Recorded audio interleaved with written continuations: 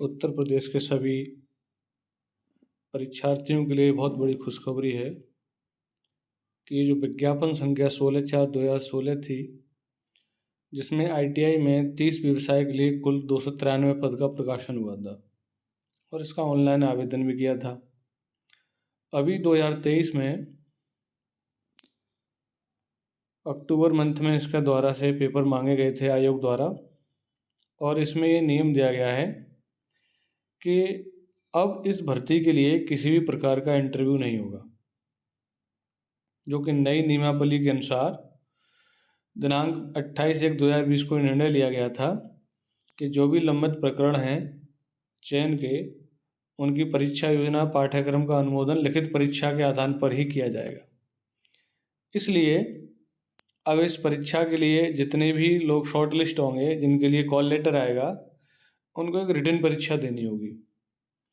उस रिटन परीक्षा का ये लेटर नंबर 1316/47 का 3/2021 दिनांक 3 नवंबर 21 को जो सेवायोजन विभाग है उसने अनुदेशक के पदों के लिए आयोग की वेबसाइट पर सूची डाली गई थी, और उस सूची के अनुसार अभ्यर्थियों ने अपने डॉक्यूमेंट आयोग को भेज दिए गए हैं।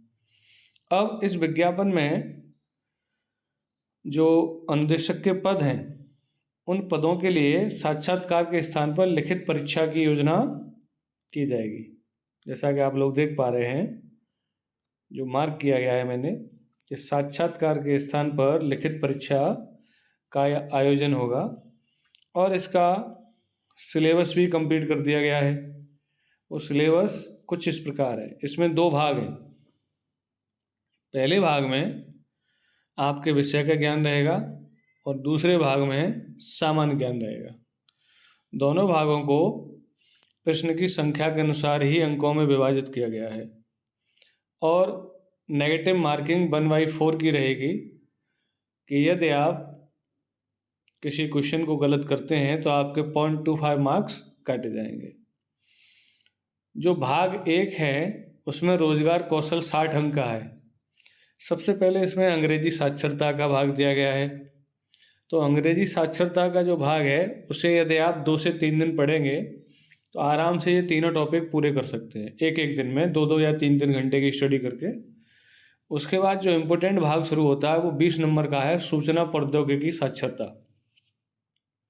ये भी सिंपल है, जिसमें कंप्यूटर की सामान्य जानकारी है, ऑपरेटिंग सिस्टम है, MS वर्ड है, MS एक्सेल है, वेब ब्राउज़र, सर्च इंजन और ईमेल। तो ये जो पूरा सिलेबस एक तरीके से CCC का ही सिलेबस है, और इसके लिए हम लोग विशेष अलग रूप से प्रत्येक सेक्शन वाइज क्लासेस भी आयोजन करेंगे। इसका जो तीसरा सेक्शन है वो है पर्यावरण शिक्षा, जो कि 10 मार्क्स का रहेगा। इसमें ये सब अपडेटेड चीज़ें आएंगी, जो भी नई परीक्षाओं के सवाल हैं वो, और उससे रिलेटेड। इसके लिए भी हम अलग से क्लासेस अपलोड करेंगे। और दूसरा जो इसका सबसे इम्पोर्टेंट भाग है, जो कि ज़्यादा अंकों का है, 20 नंबर का है, लेबर एक्ट, श्रम कल्याण कानून।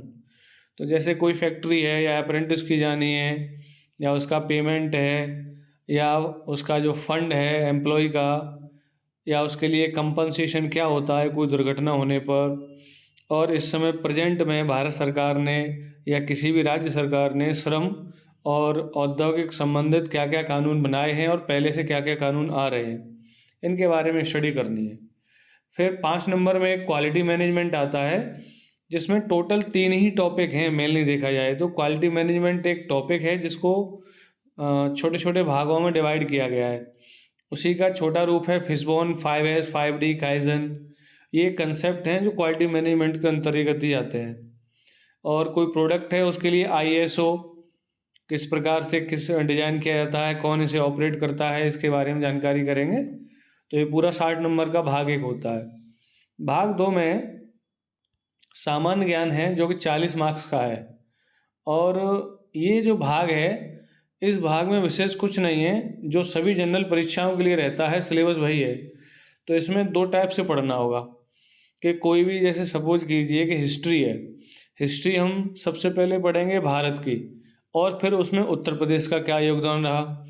तो ये दोनों प्रकार की हिस्ट्री से क्वेश्चन आएंगे, और जो नए पैटर्न पर नए सवाल हैं उनकी प्रैक्टिस की जाएगी। और भारतीय संविधान की मुख्य विशेषताएं और उसके अंतर्गत उत्तर प्रदेश की जो शासन व्यवस्था है वो किस प्रकार की है, कौन कौन से यहाँ भाग काम करते हैं, कौन सी योजनाएं इस समय लागू हैं, कौन मंत्री हैं, कौन सी नई योजनाएं लागू की गई हैं, किसका कितना बजट है, ये सभी इसी से संबंधित है। और लास्ट में जो सामान्य हिंदी है ये सभी परीक्षाओं के लिए उपलब्ध रहती है। विलोम शब्द, पर्यायवाची, एक पूरा सेंटेंस है उसके लिए कोई एक शब्द देना है। और इस प्रकार से ये हिंदी के अलावा सामान्य जागरूकता और प्रदेश का संबंधित ज्ञान, तो प्रदेश की जो हमारे प्रदेश की हिस्ट्री है, यहाँ का जो महत्व है और जो ज्योग्राफी है, टूरिस्ट प्लेस हैं उनके लिए क्या क्या योजनाएं हैं, नए कौन कौन सी टूरिस्ट प्लेस हैं, कौन कौन से लेखकों ने कौन कौन सी फेमस किताब लिखी हैं, ये सब इसी के अंतर्गत रहेगा। इसके लिए हम एक विशेष क्लास और टॉपिक बाय टॉपिक सीरियल से आप लोगों के लिए नए लेक्चर उपलब्ध कराएंगे। कृपया उसको देखते रहिए, अपडेट रहिए।